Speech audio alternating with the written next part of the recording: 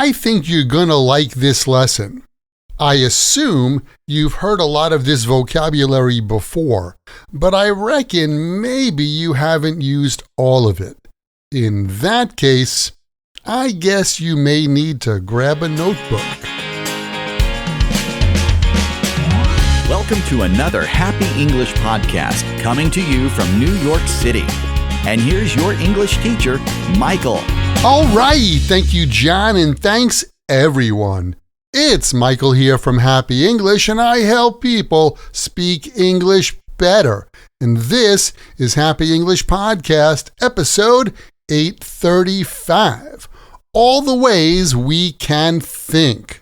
Hello and welcome. Thanks for joining me for another episode of the Happy English Podcast. I'm your English teacher, Michael, and I'm so glad you're here with me. Today, I want to talk about something that we all do a lot, and that's thinking. But not just thinking. I mean the different ways we talk about how we think in English. You know, English has a ton of words for expressing thoughts, opinions, guesses, feelings, and assumptions.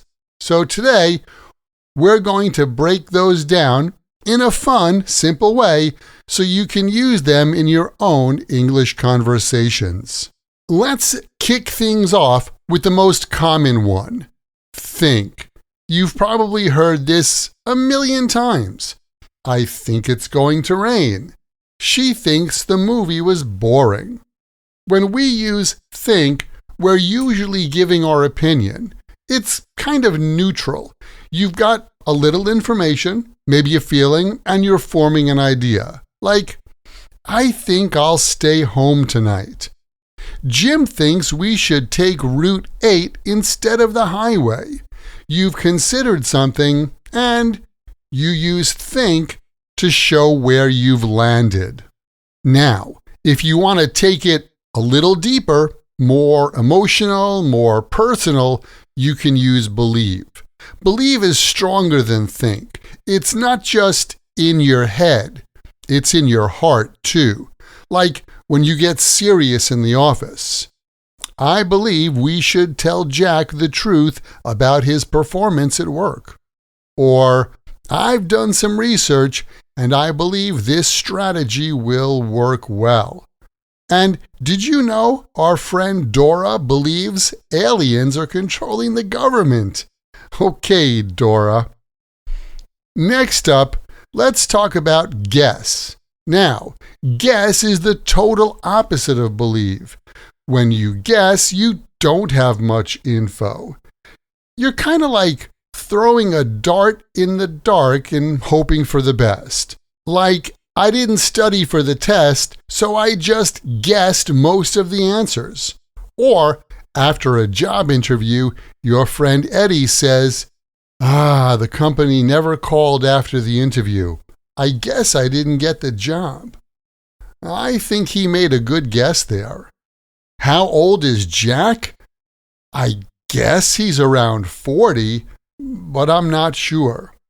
We use guess a lot in casual conversations when we're not so confident. All right, next, and in a similar way as guess, we've got assume.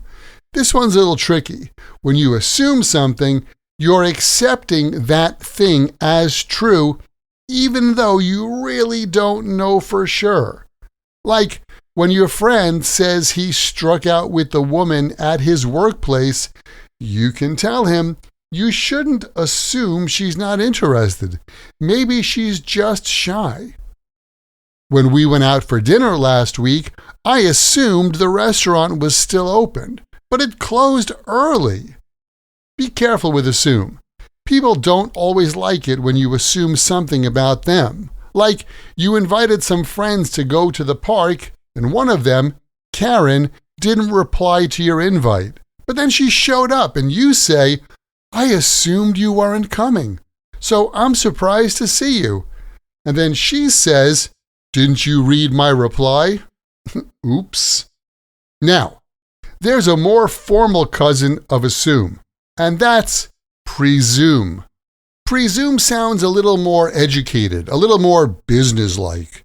We presume things when we have some evidence, but still not full proof. You'll hear this one on those TV police or legal dramas, or you'll see it in formal writing, like, I presume you're the new manager. Or, when I asked her if she would like to make me an offer on my car for sale, she didn't answer, so I presumed she wasn't interested. Okay, switching gears, let's talk about figure. This one's cool because it feels very American. When you figure something, it's like you ran the idea through your head real quick and then came to a decision. Like, I figure if we leave at 5:15, we'll get to the airport around 6. Joe hasn't called yet, so I figure he was busy. You thought about it, and now you're figuring it out. It's super conversational. Now, let's take a little road trip to the southern U.S. and meet the word reckon. Reckon is kind of old school casual. It means I think or I believe, but it's got a casual country kind of vibe. Like, you reckon it'll rain later? Yep, I reckon it'll rain later, and then later after that. You know what? The car isn't as bad as I thought it was. The repair guy reckons he can finish the job in an hour. What do you think? You reckon Jack's gonna show up to work on time today? So if you want to sound a little charming, a little southern, try reckon sometime.